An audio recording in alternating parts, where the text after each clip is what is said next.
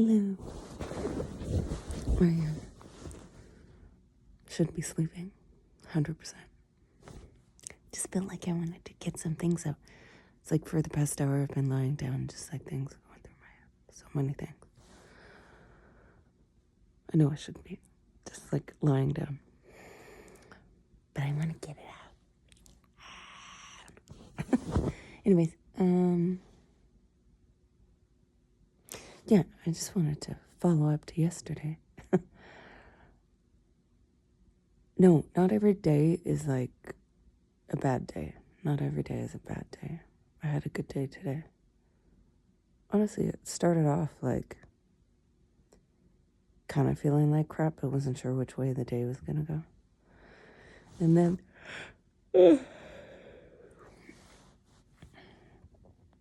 went over to my boyfriend's house, and I have social anxiety, and I was just like, oh God, am I going to go? I knew I should like push myself, and because I've only met his folks a couple times, and yeah, he lives with his folks. That's a whole other story. But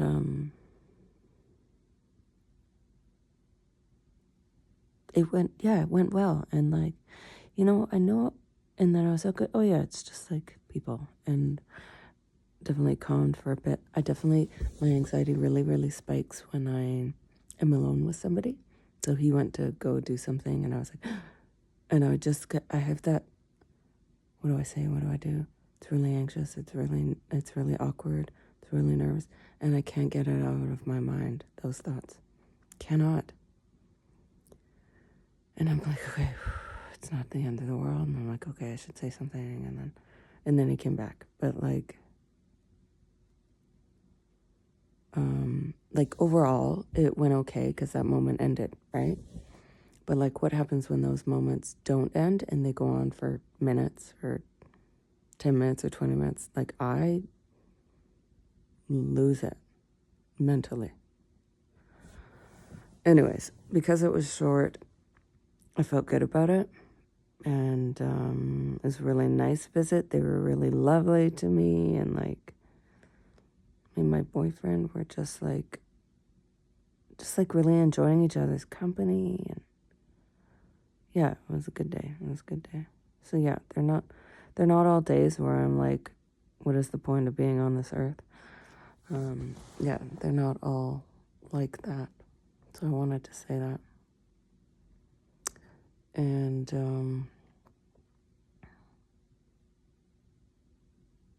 yeah, I guess trigger warning. Trigger warning for my whole channel. Yep. Yeah, I definitely have thoughts of death. And when I'm in the times of like really deep pain. And it's mostly around my social anxiety. Like I feel like it's so bad. I do a really good job of masking it and hiding it. That's what I do. But like, people don't understand. If you haven't had it, you don't really understand it. To be honest, before I had it, because I was 26 when it developed. And I remember seeing people who now I understand, probably had social anxiety. They were showing the same patterns that I have now. And at the time, I was like, why? I was really confused by it. I was like, why don't they just talk to me? Like, what? I didn't get it. Like, I really didn't get it. And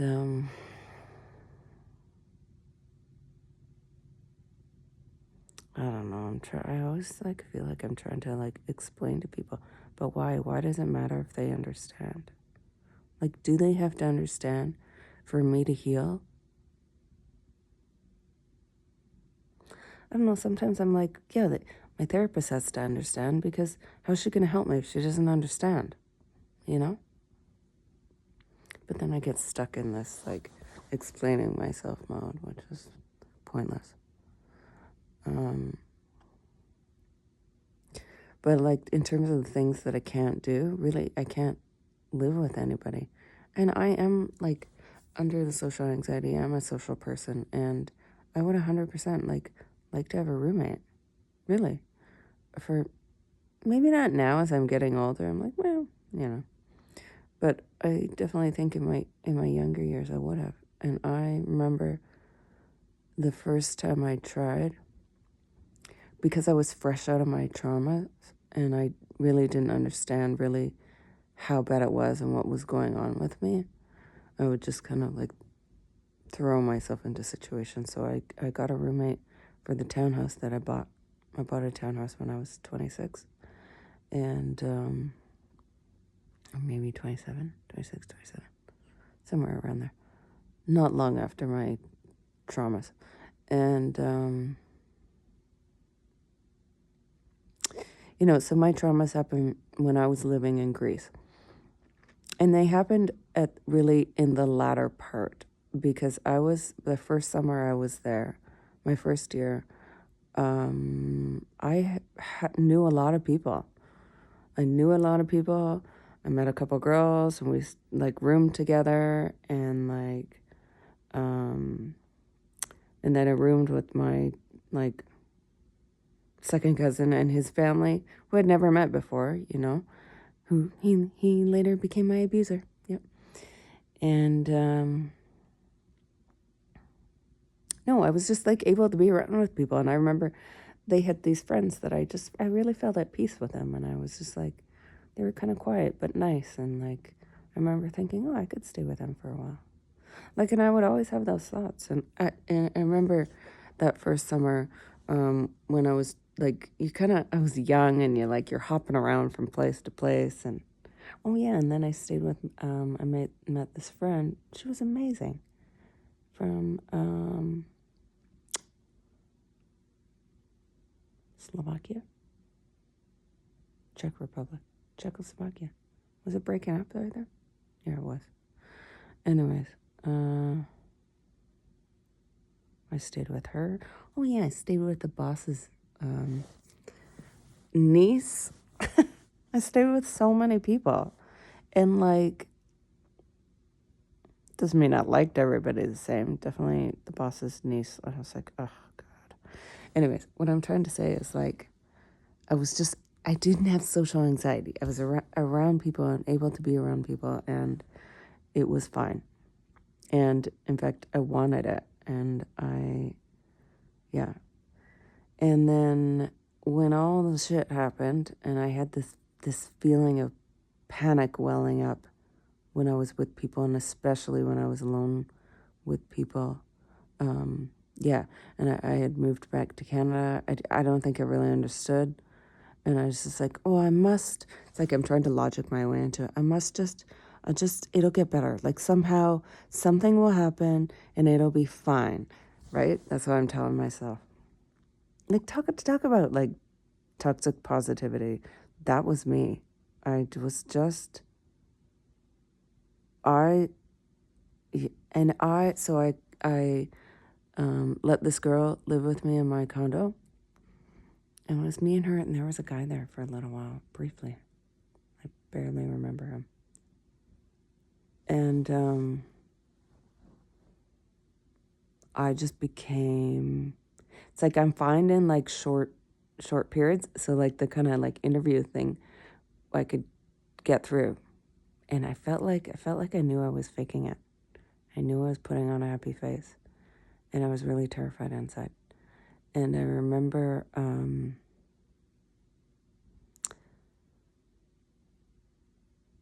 being really anxious around her. And it was like, and it just kept mounting and mounting. And it was getting to the point where I would get home and then hear that she was there. And I would like sneak into my room because I could not handle seeing her. I would go into the kitchen when I knew she wasn't there. And I felt like she could sense it. And she could sense that something was really wrong. And she reacted by also avoiding. And it became so awkward. And one day I remember her mom came over, and her mom was outside, and she sat in the car talking to her mom for 2 hours, and I just knew that it was about me and like living with me. And I mean, I cannot put into words the pain, like actual pain of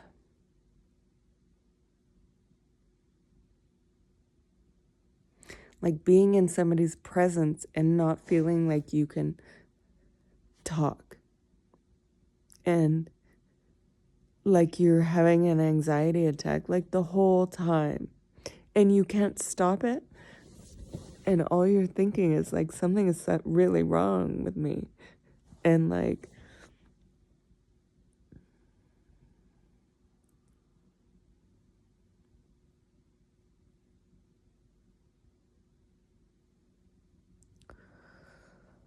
it's really, really painful.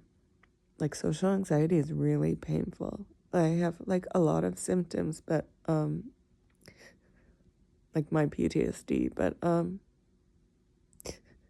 definitely the most painful thing is my social anxiety, because I am like dying to connect with people, and I cannot seem to like, I'm so attuned into like everything they say, every glance, every and I feel like I have to be like beyond nice, and this is my trauma reaction, right? That's what I learned to do with Riga to stay safe. I had to, because I could not handle his rages and his blaming and his manipulation, and so I just learned to be very attuned to every hint of him erupting, like the look on his face, the way he was holding his body. And then I learned like the things he would say. I learned what he would, types of statements he would react to.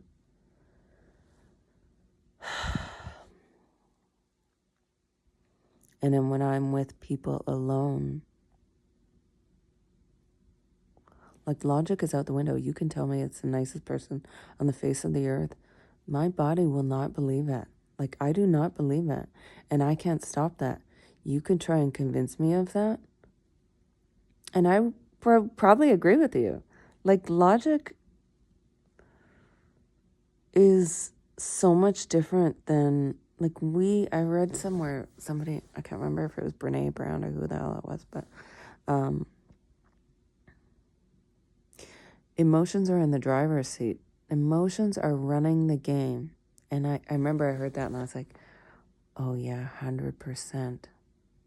Logic is not, when you're triggered, logic is not at the dinner table. You might be trying to listen, like shove some logic in your head, but you are really, I should say, I speak from my own experience. I am really deeply in, because I can go into it so deeply and so quickly.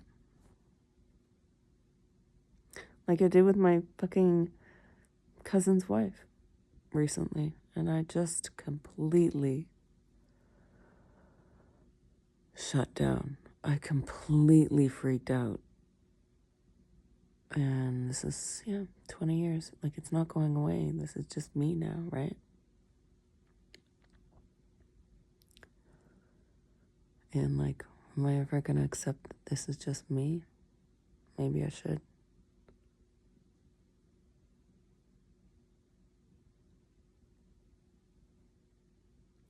I don't know. I really wanted to get that out, that story, because I remembered.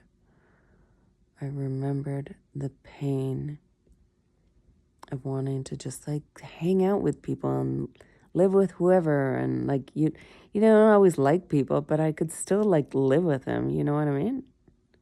No, I, like, am, like, it's, like, terrifying to me to be alone with people. Not always. Depends on who and what the situation is and, like, how short or long term. But anything that's even somewhat long term. Like I can, like, you know, meet with my manager at work and for half an hour or whatever, and that's fine because there's an end time to it.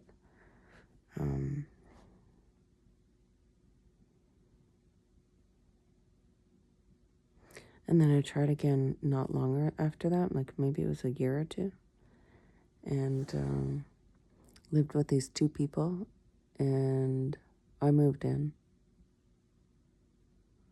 Oh my God, and it was the same thing. It was okay on my work days, come and go, how I go.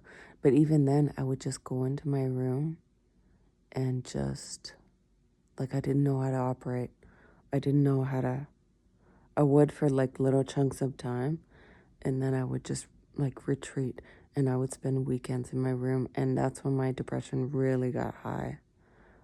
Once the work week started, and I noticed that was a trend. This was in the beginning days of my, just after my trauma. And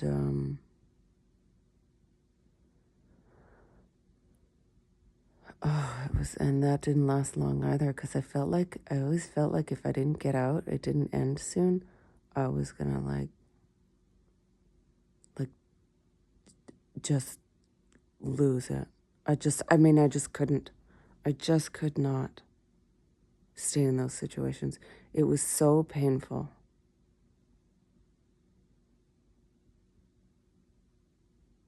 Like, how do you describe that to somebody who has no idea? Like the old me. I would have had no idea. Like, none. I don't think I would have been able to, you know, it's like when people ask me now and I try to explain, because I do like kind of out myself in some ways, right? I've learned little ways to cope. And, oh my God, I just totally lost my train of thought. Like, gone. Something about telling people. Oh my God, I'm tired. It's like 3 in the morning. It's after 3 in the morning. I should be sleeping. Anyways, I feel like I got enough out. Yeah, I just wanted to talk about the pain of the things that I feel I can't do. Like, legitimately cannot do in this world, in my life. And these things are things that give you quality of life. Being able to be around people. And, I mean, that's why being in this state is like so painful.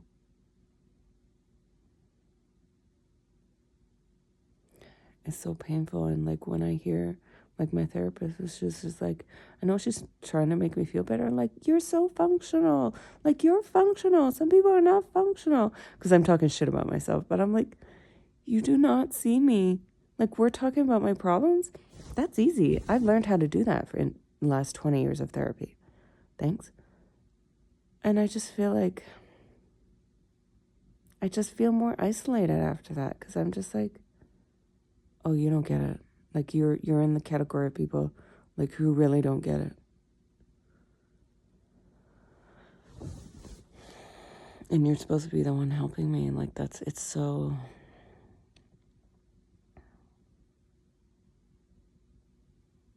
I don't know. Does she get it? Does she not get it? Does it matter? I don't know. Anyway, I totally got off track there, didn't I? Okay, I'm going to upload this and try to sleep again. Maybe I can sleep now getting that out.